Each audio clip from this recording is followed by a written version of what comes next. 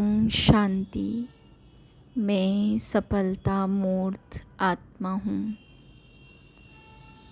10/12/2023 के महावाक्य हैं।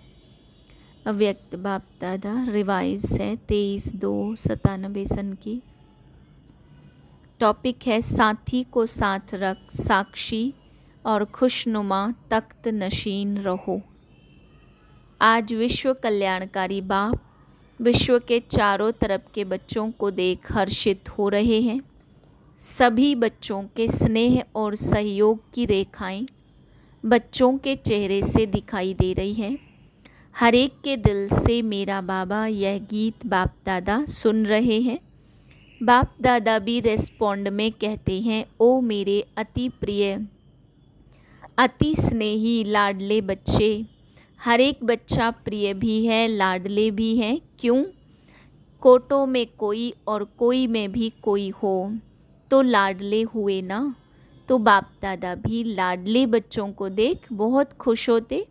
बच्चों को भी सदा खुशी में डांस करते हुए देखते हैं और सदा देखने चाहते हैं। खुशी में रहते तो हैं, लेकिन बाप सदा चाहते हैं सदा खुश रहते हो या खुशी में फ़र्क पड़ता है। कभी बहुत खुशी, कभी थोड़ी कम और कभी बहुत कम। बाप ने पहले भी सुनाया है कि वर्तमान समय आप बच्चों की विश्व को इस सेवा की आवश्यकता है। जो चेहरे से, नयनों से, दो शब्द से हर आत्मा के दुख को दूर कर खुशी दे दो। आपको देखते ही खुश हो जाएं। इसलिए खुशनुमा चेहरा या खुशनुमा मूरत सदा रहे, क्योंकि मन की खुशी सूरत से स्पष्ट दिखाई देती है। कितना भी कोई भटकता हुआ परेशान दुख की लहर में आए, खुशी में रहना असंभव भी समझते हो, लेकिन आपके सामने आते ही आपकी मूरत, आपकी वृत्ति, आपकी दृष्टि आत्मा को परिवर्तन कर ले। आज मन की खुशी के लिए कितना खर्चा करते हैं, कितने मनोरंजन के नए नए साधन बनाते हैं। वह है अल्पकाल के साधन और आपकी है सदा काल की सच्ची साधना। तो साधना उन आत्माओं को परिवर्तन कर ले, हाय हाय ले आवे और वाह वाह लेकर जाए। वाह कमाल है परमात्मा आत्माओं की। तो यह सेवा करो। समय प्रति समय जितना अल्पकाल के साधनों से परेशान होते जाएंगे, ऐसे समय पर आपकी खुशी उन्हों का सहारा बन जाएगी, क्योंकि आप हैं ही खुशनसीब। खुशनसीब हैं या नहीं? अधूरे तो नहीं है ना?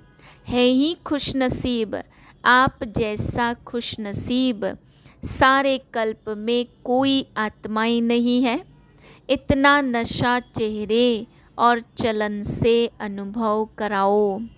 करा सकते हो या कराते भी हो। ब्राह्मण जीवन में अगर खुशी नहीं तो ब्राह्मण बनकर क्या किया? ब्राह्मण जीवन अर्थात खुशी की जीवन।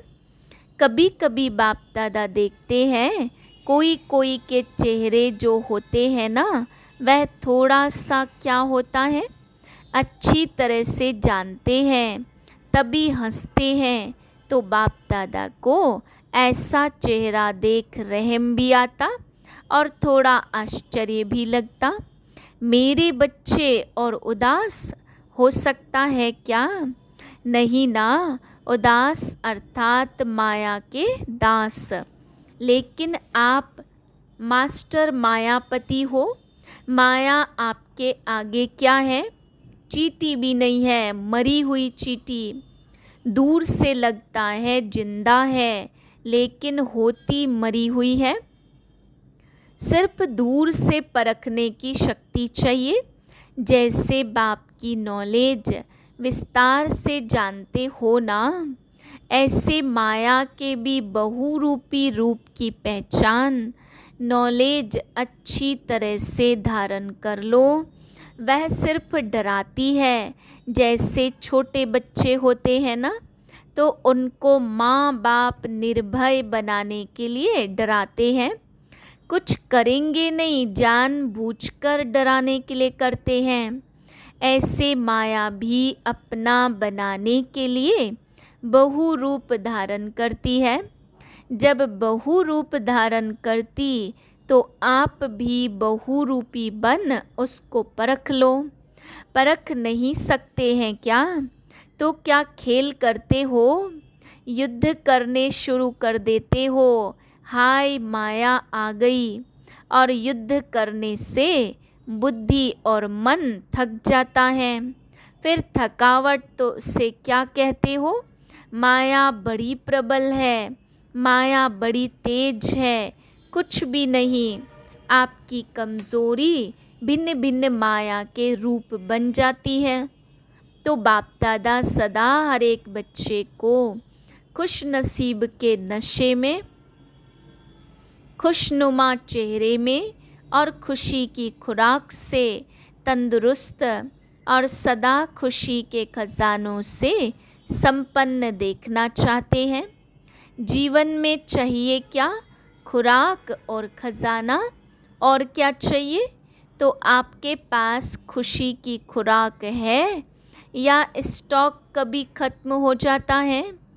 खुशी का खजाना अखुट है, अखुट है ना।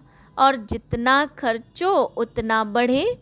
अगर और कोई भी पुरुषार्थ नहीं करो, सिर्फ एक लक्ष्य रखो, कुछ भी हो जाए, चाहे अपने मन के स्थिति द्वारा, चाहे कोई अन्य आत्माओं द्वारा, चाहे प्रकृति द्वारा, चाहे वायुमंडल द्वारा, कुछ भी हो जाए, मुझे खुशी छोड़नी नहीं है।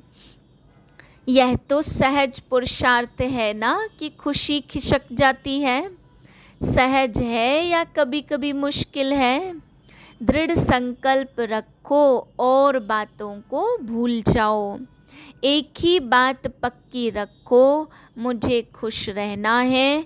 तो बातें क्या लगेंगी? खेल। और अपनी खेल देखने की साक्षीपन की सीट पर सदा स्थित रहो।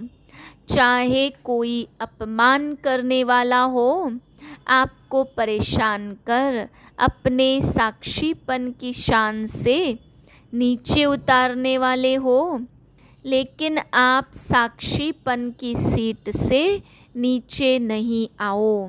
नीचे आ जाते हो तभी खुशी कम हो जाती है। बाप दादा ने पहले भी 2 शब्द सुनाए, साथी और साक्षी। जब बाप दादा साथ है तो साक्षीपन की सीट सदा मजबूत रहती है।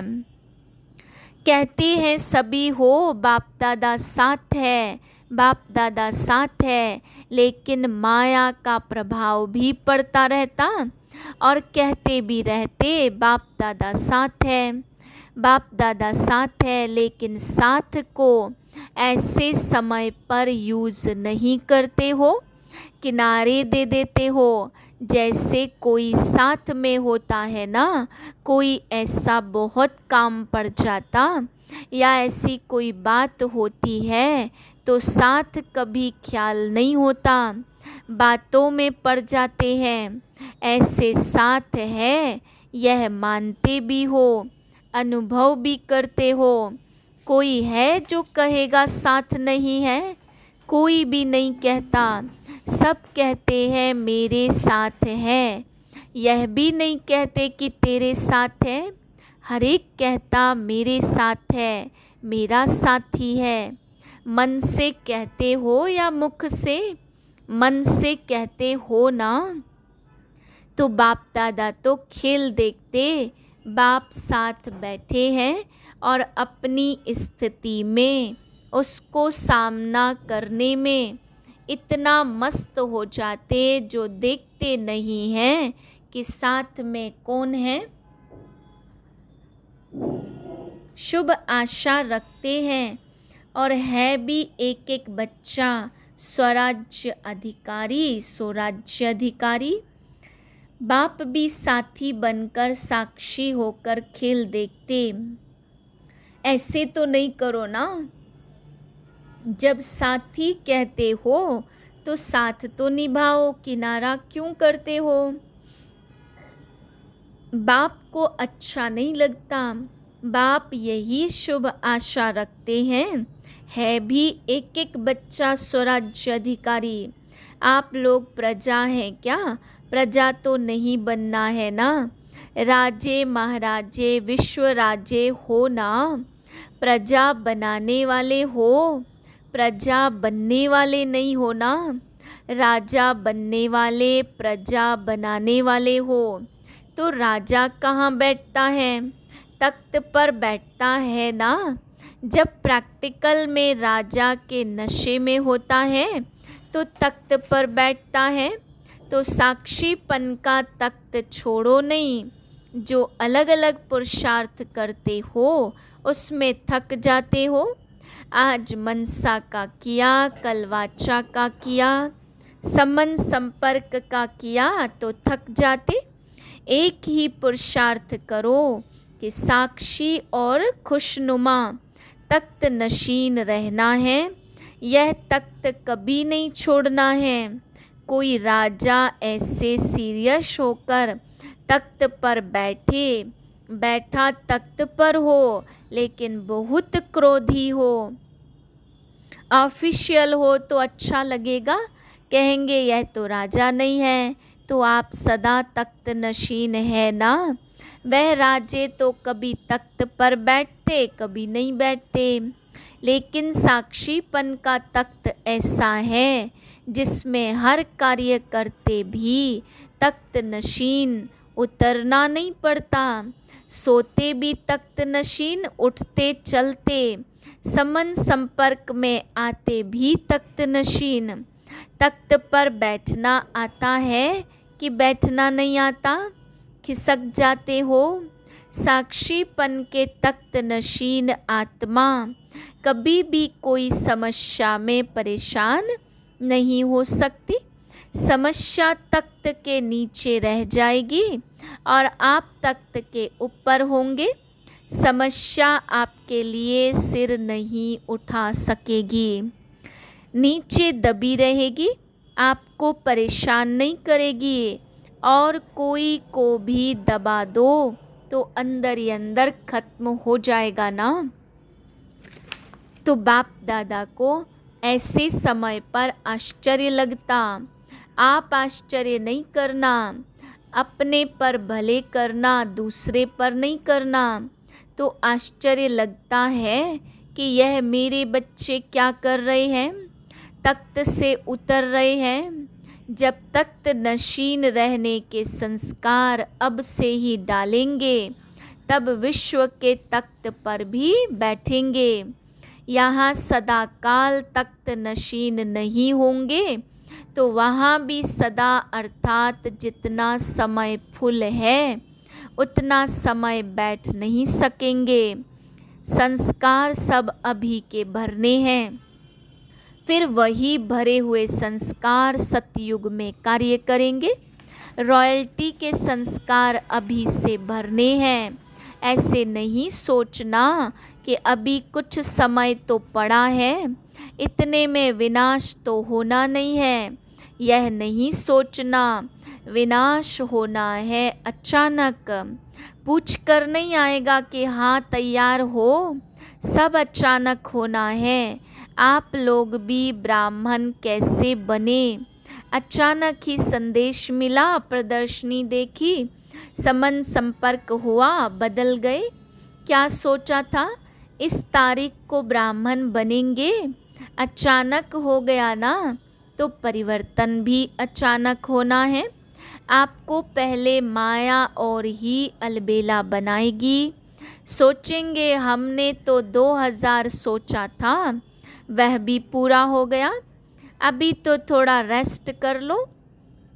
पहले माया अपना जादू फैलाएगी, अलबेला बनाएगी किसी भी बात में, चाहे सेवा में, चाहे योग में, चाहे धारणा में, चाहे संबंध संपर्क में, यह तो चलता ही है, यह तो होता ही है।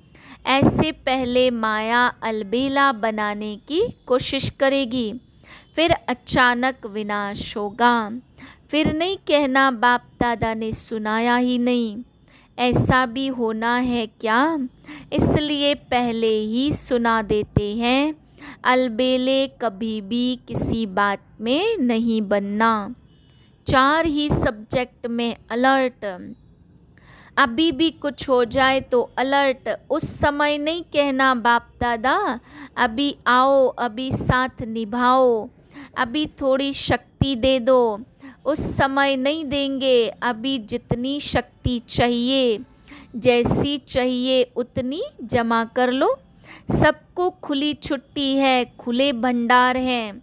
जितनी शक्ति चाहिए, जो शक्ति चाहिए ले लो। पेपर के समय टीचर व प्रिंसिपल मदद नहीं करता। डबल विदेशी बच्चों को देख, बाप को भी डबल खुशी होती है। क्यों होती है? क्योंकि डबल विदेशियों को स्वयं को परिवर्तन करने में डबल मेहनत करनी पड़ी ना। इसलिए जब बाप दादा डबल विदेशी बच्चों को देखते तो डबल खुशी होती। वाह मेरे डबल विदेशी बच्चे, वाह। डबल विदेशी हाथ उठाओ। विश्व के अनेक देशों के करीब 1000 भाई बहनें सभा में उपस्थित हैं। वाह, बहुत अच्छा। डबल ताली बजाओ। सेवा में बोझ तो नहीं लगता? बोझ सब बाप को दे दो। सेवा के समय थकते तो नहीं हो ना?